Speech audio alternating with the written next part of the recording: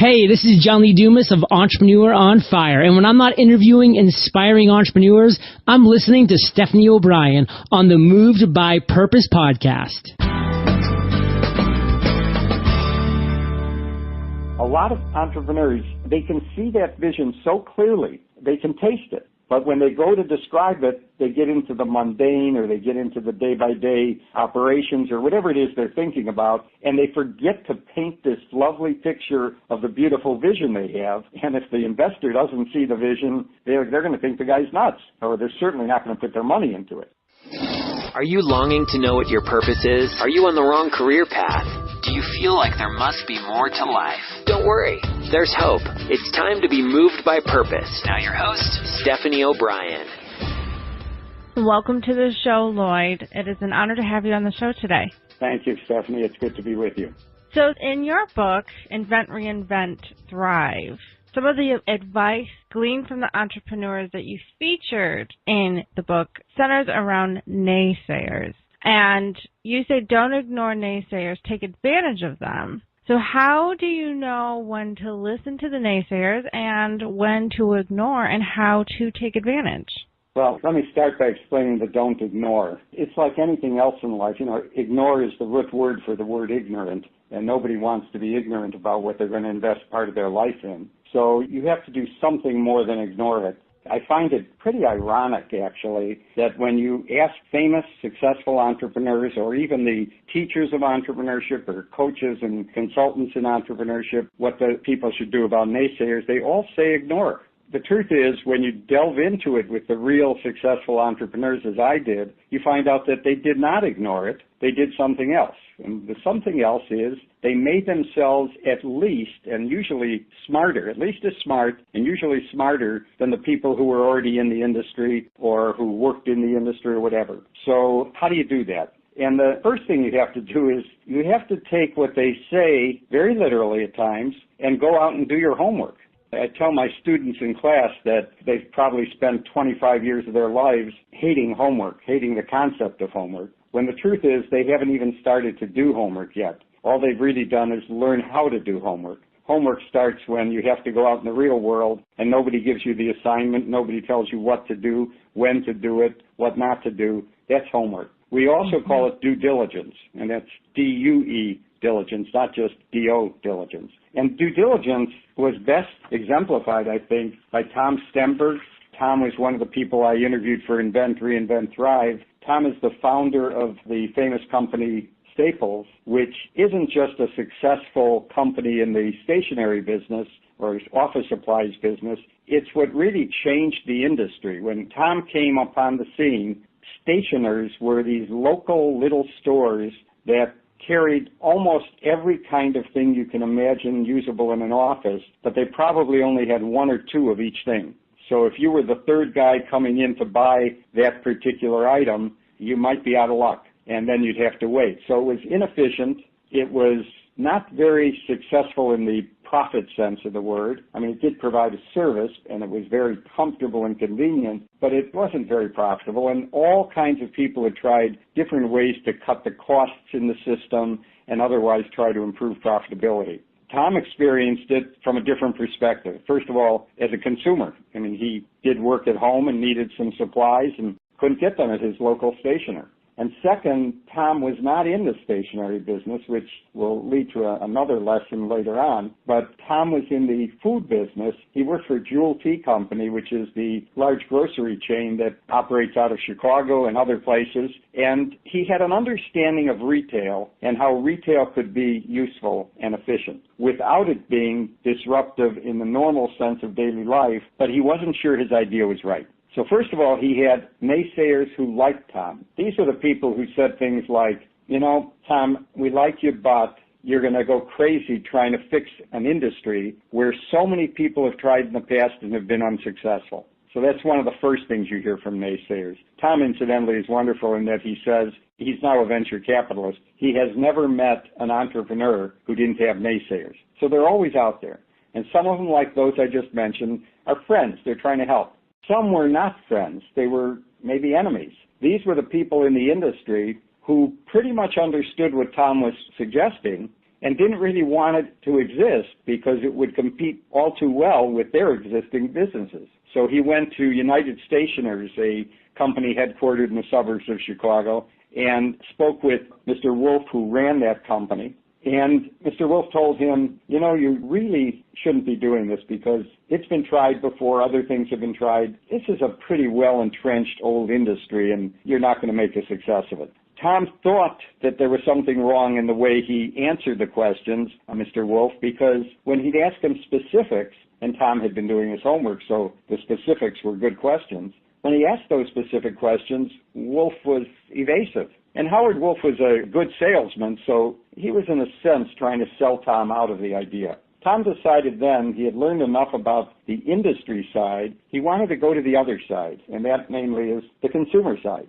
So he called up a friend of his in New York, a lawyer with a law firm that bought lots of stationery and office supplies, and sat down with him and said, so how much do you think you buy? And he gave him a number, and that didn't sound right to Tom, who by this time was getting pretty familiar with the usage of supplies.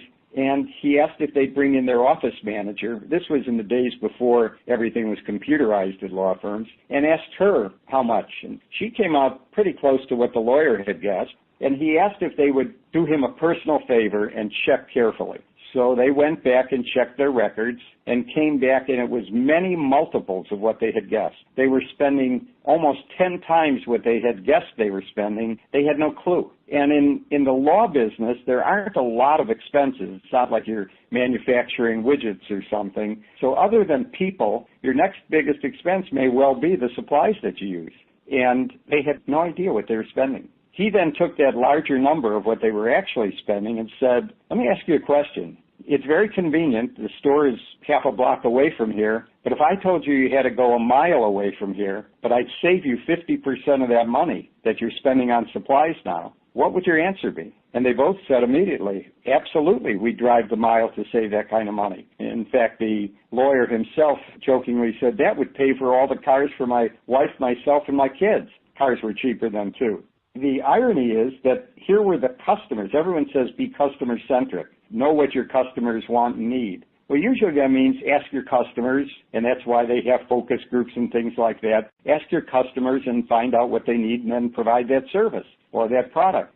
Well, here the customers didn't even have a clue because they, too, had been entrenched in an old industry, invented God knows how many decades or a century before, and everybody was kind of used to the way it was always done, which is another one of those phrases that naysayers always use. It's always been done that way. We can't change it.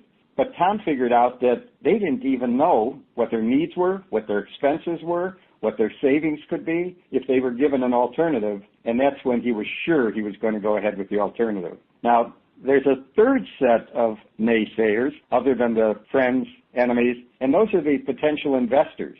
So I've taken things to investors on behalf of or with entrepreneurs, and the naysayers were unbelievable. Everybody has an expert in whatever field you know. So whatever field you're coming in with, they kind of bring their expert to the meeting, which is fine. That's part of their due diligence. But the experts are entrenched in the industry. So they're pretty much going to say no. And that's what happened with Tom when he started going out to investors. And the one investor who finally said yes ordinarily comes as a surprise. It's been publicly stated, and that was Mitt Romney. In his Bain Capital Company, he became the principal investor at first in Staples. In the book, I explain in much more detail why Mitt was peculiarly suited, in Tom's opinion, to become that investor. But the essence is that you're not ignoring the naysayers. You're doing your homework. You're learning the industry. You're finding out what everyone else knows and what they don't know. You're finding out why they're right or wrong, and you're taking into account that they are the industry. So you really have to second think whatever it is they're telling you, because even if they're trying to be totally honest, they're entrenched in that industry, and it's difficult for them to see out of the industry, or as they say, out of the box. And I guess the absolute irony is that what Tom did was invent the big box store, so that's even better than just out of the box.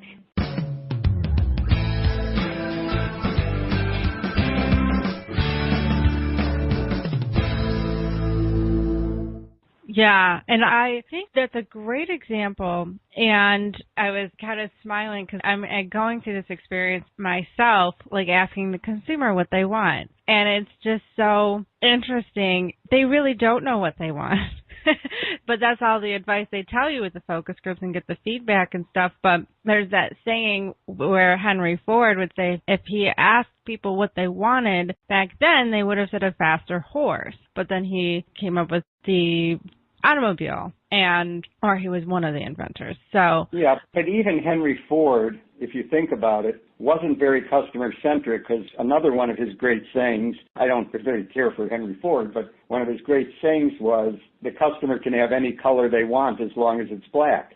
Mm-hmm. Not exactly customer-centric. So he's very different in orientation. He had a monopoly. In the United States, he was it. And if you wanted a car, you were going to buy a Ford. And so that's a different attitude than what I'm getting at. And you also have to be careful, because it's not always the customer or the investor or whoever that has the wrong way of thinking. You know, you're an interviewer. I interview for my books. How you present it and ask the question can often lead to the answer you're going to get. So I'll give you an example. Maybe one of the best salesmen I've ever met, and I've known him now for, 20-some years, is Howard Schultz from Starbucks. Really a great salesman. He articulates well. He sticks to principles. I jokingly say in the book, I'm not talking about the super salesman type that can sell ice cubes to Eskimos, although Howard did sell frozen drinks to Eskimos. It's a very special kind of salesmanship.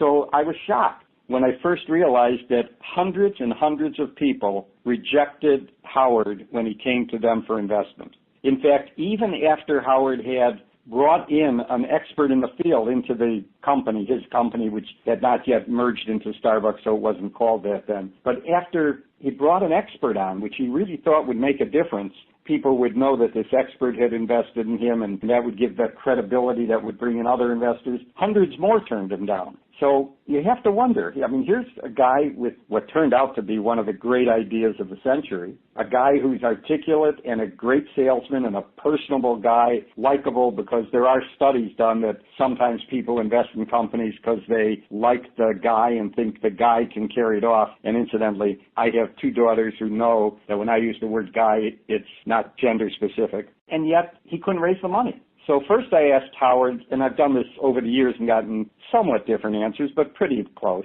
I said, why do you think you weren't able to raise the money? I mean, you're pretty good at what you do. And his answer was kind of a joke, I think, but not all joke. He said, Lloyd, I don't know why they wouldn't invest. After all, look what I was introducing. I was introducing a very strong drink that nobody had had in the United States. I was putting it in a paper cup instead of the ceramic cups that they were used to. And I was charging a lot more than anyone else. So why do you think they wouldn't invest? And joking or not, that's pretty much what he was doing, because what he was trying to sell people on was a coffee house, a place where people came to buy, drink, whatever coffee. That was not the business he was going into. He was going into a business that was totally different than selling coffee. Yes, there were sales of coffee, but that wasn't the primary business. And I gave him 2 attempts on this. The first attempt, about 20 years ago, when I said I had walked into a Starbucks. One of the first Starbucks outside of the city of Seattle happened to be in the town where I lived.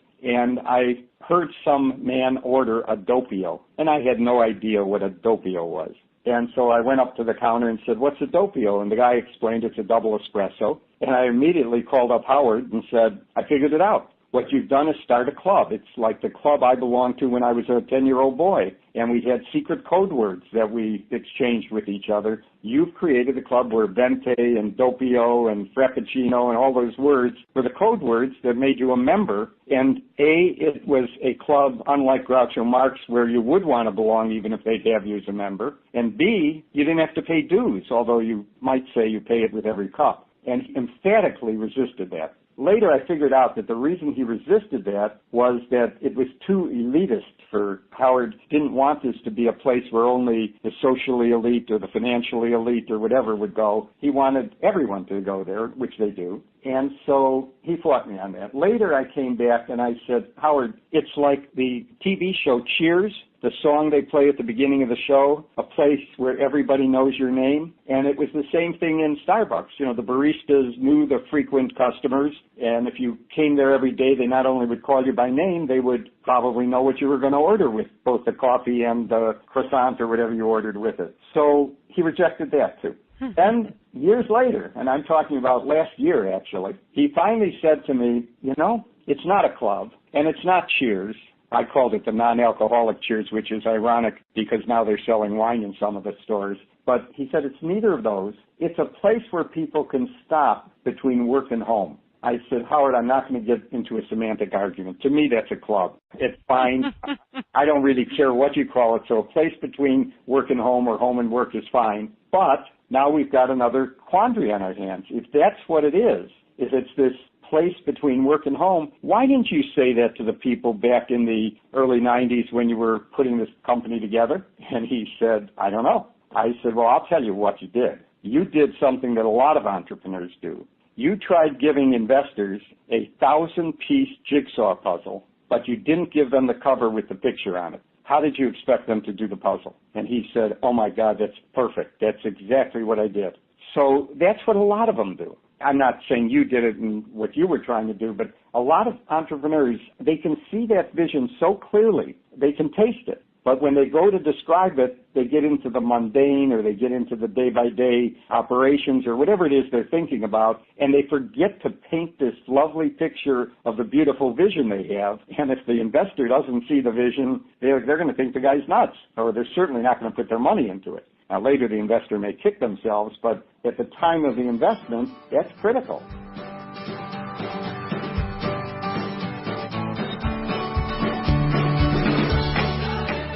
Yeah, and I noticed that is a challenge to clearly communicate the vision. And that along with investors, but I think it also goes into people understanding what you do, like people that want to maybe get on board on your team or help promote, like they need to see the vision in order to make it healthy and thrive. Absolutely. And what do you say? Absolutely. And that's kind of my challenge. I just had another guest on the show talking about how important it is to build your dream team. And because some of the listeners don't necessarily have businesses where they want investors, but they're growing and they need that team, or they want that, what Seth Godin called the tribe of people that like believe in what you're doing so much that they're just telling everyone, and it's like free advertising for you. But you have to have that clear vision and be able to communicate that. And that, I mean, and that's a challenge for me as well. When people have gotten the vision, like when they were able to communicate, did you find like what they were able to do? Yeah, let me divide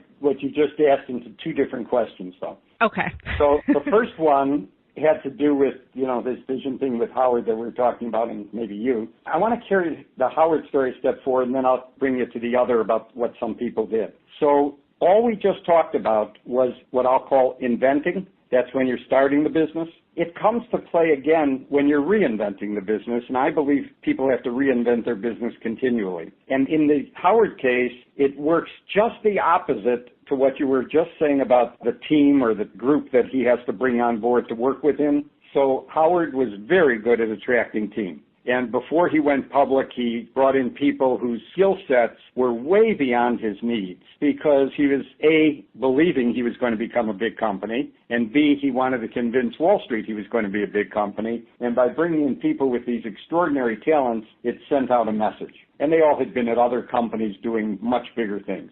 So by the time Howard retired, the guy he had brought on as CFO had become COO. Then he made him CEO, and Howard stepped up to chairman. But then that guy retired, and they brought on another guy on the team, and he moved in as CEO, and the board basically gave him marching orders, which was go out and open as many Starbucks as you can possibly open all over the world. They may have said it a little more businesslike, but that's essentially the message they got through. And he did. He opened thousands and thousands of Starbucks stores, which is great. But when you're opening that many stores and you're trying to manage it properly, you have to come up with certain efficiencies in order to do it properly and cost effectively. Well, his way of doing it was causing a problem that nobody realized. Then 2008 came along, and everybody thought that the recession was causing people not to be able to afford to buy Starbucks. And the two people who believed it most were McDonald's and Dunkin' Donuts, who decided to go on an advertising campaign against Starbucks by saying, our cheap coffee costs much less than Starbucks and tastes just as good. And so the newspaper industry, the TV industry, all the media had stories about the recession is killing Starbucks. Well, they pretty much had to change CEOs again, but this time they decided to put Howard back into the seat as CEO. And Howard went out to the stores to look at what was wrong and very quickly figured it out. In order to make the operation more efficient, which cuts costs, etc., they had bought new coffee makers, the machines that actually brew and make the coffee. And these new coffee makers did three things. They cut out the noise, they cut out the aroma, and they were tall in order to accommodate all the equipment in it. So it turns out that the customers kind of liked the sound of coffee being made. It was pretty Pavlovian, I think. They loved the aroma of the coffee. I mean, if you're a coffee drinker, you like the aroma of coffee. So they lost those two sensory reactions. And third, this tall coffee maker blocked the view of the barista from the customer, and they no longer could know your name. It was like they had cut the legs out of the Cheers bar and all the stools fell down. And that became an important part of what was wrong, why people were not coming to Starbucks as much. So he made a big thing of announcing the change. He closed the stores for one day of quote-unquote retraining. I think retraining is part of reinventing, but I also think it was sending a message out to the customers that you ought to try it tomorrow. It's going to be a lot better. And it worked, and it really worked. So right away, it's not just at the point of invention. It's also at every point of reinvention that you have to go through these things. So now in answer to your second question, one of the things that some people do, and not all people can do this, is to create something tangible for people to see. So if you're inventing a widget, that would be that you have to make up a model of something that people can look at. Maybe it has to go further than just a model. It has to be a working prototype so that people can see that the machine actually works. And third, maybe it has to go even further and somebody has to use the working prototype and like it so that you have some kind of proof of concept. In Maxine Clark's case, Maxine started Build-A-Bear. Maxine had been a high officer in a retail giant. She had been the CEO of Payless Shoes, and then she left the corporate world, very smart lady, but left the corporate world where she probably could have moved up even higher than CEO of Payless, and decided to start her own business, Build-A-Bear. She could have, think about the background of this lady, retail. She easily could have gone out and raised the money. She decided instead to put up her own money for the first store. Now, I said not everyone can do that. It costs a lot of money to open up a store, and if you're struggling, you probably don't have the capital to do that yourself, but I'll come back to that in a minute. But she did. She opened the store, and lo and behold, in the first days of the store being opened in the big shopping center, the Galleria Shopping Center in St. Louis, Missouri, a man walked in. He had read an article about this new store, walked into the store, asked for Maxine, and said, how much do you need to build out more of these? And they had a little discussion, and he said, well, how long can you wait to get the money? She said, well, what did you have in mind? He said, could you wait till next week? And he invested enough to build the bear. If she had gone to that same man and said, let me tell you what I'm thinking of doing. I'm thinking of having a machine that stuffs the stuffing in teddy bears and so on, there's no way in the world this guy would have done it. Unless he would be one of these miraculous people who can visualize dreams of someone else as well as he can see it tangibly and touch it. Here he was in a store, because stuffing teddy bears by machine is not what she does. Stuffing teddy bears is, a mechanical result, but what she really does is she gives kids a dream about developing their own friend. Their stuffed animal becomes their friend. And there were hundreds and hundreds of makers of teddy bears in this world. She wasn't trying to be another one of those. She was trying to bring entertainment into the store. And so there too, the naysayer friends of hers who said, Maxine, as long as you're putting up your own money, why don't you start with a real small store and then you won't have as much money at risk? And she said, I can't. because it's not the square footage per dollar of revenue, which is how retail is usually measured. It's an entertainment venue. It's a place where people have enough room to get the feel for all this. And people means kids, of course, but also their parents, their grandparents, or men and women with their significant others when they're buying it for each other. All the different suggestions for that. And incidentally, she has one great line about that when she says, you know, I had been CEO of Payless Shoes, but I've now sold more shoes at Build-A-Bear than I ever did at Payless. They're a little smaller, but she sold more shoes. So she created this test, this proof of concept test that was tangible, so a potential investor or anyone else could see it, experience it, and know immediately what the dream was. So she did give the people the cover with the picture, not just the jigsaw puzzle. There's one other, because I want to contrast it with Maxine, who as an executive had amassed enough money to do this. And this is a guy by the name of James Freeman from San Francisco. James was a professional clarinetist. He loved playing the clarinet. He also loved making coffee for himself and had experimented with some of the kind of futuristic-looking glass tube coffee makers that they used in Japan, of all places. Well, became disillusioned with the clarinet, really wanted to move on with his life, wanted to reinvent himself. And so in the book, Invent, Reinvent, Thrive, I tell the story of this clarinetist who switches over to a coffee store, if you will, which was really just a booth at the farmer's market in San Francisco. And people liked it. The coffee is brewed individually, so you have to stand there for 2-3 minutes while they brew your cup of coffee. People were willing to wait, but, you know, at a farmer's market, you're strolling through the market. The big test would be, would people really like it and do this when they had to spend an extra few minutes on the way to work instead of running through Starbucks and getting it in 2 minutes? He decided to build a tiny, tiny store because he didn't need a big atmosphere. So he built this tiny store in an alleyway, what he called excuse me, but these are his words, a piss-smelly alleyway where bums used to hang out. I mean, it was the worst atmosphere in the world for people to come through the bums and go up through this odor and go to the coffee place and then first smell the coffee. But they did it. And that was proof of concept in a real store. Then, of course, he was able to open other stores, and he now has one in the basement underneath the famous place in New York City with the ice skating. Oh, Rockefeller Center? Rockefeller Center. He has a store under Rockefeller Center, thank you, which people are running off the train, and you know how New Yorkers run off the train and race to their office, and they're stopping and taking the extra minutes to stand and wait for a cup of blue bottle coffee, which is what he calls it. So, yes, he had to spend some money, but not very much. But he was able to, by putting that place in the alley, even though it wasn't the ultimate dream store that he had in mind, it was enough of the prototype of it that people could prove the viability of the concept, and people could also understand what he was going to be doing in the next store so he could get financing for that. And it was dramatically different than the way Howard did it. They are very different people. Howard wanted to make a major footprint throughout the world in coffee, and James wanted to make a very small footprint in a few places. But those were the goals of the people, but the methodology for getting the dream across, for articulating it, is very different. One was articulating a dream by talking about it, and the other was articulating a dream by demonstrating it, and those are night and day.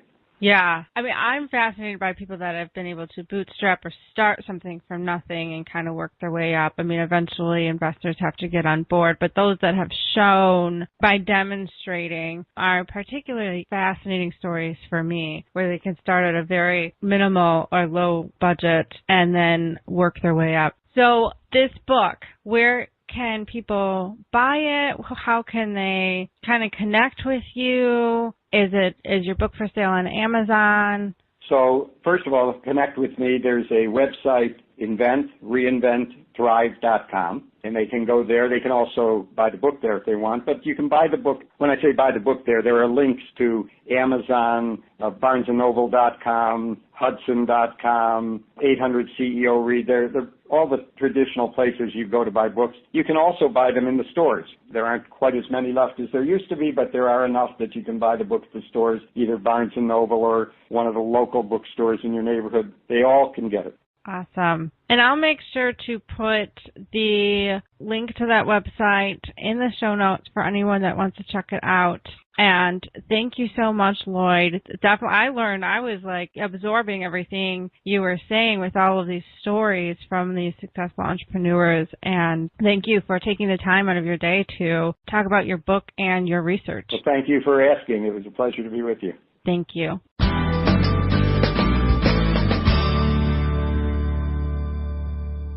Ignore is the root word for the word ignorant, and nobody wants to be ignorant about what they're going to invest part of their life in. So you have to do something more than ignore it.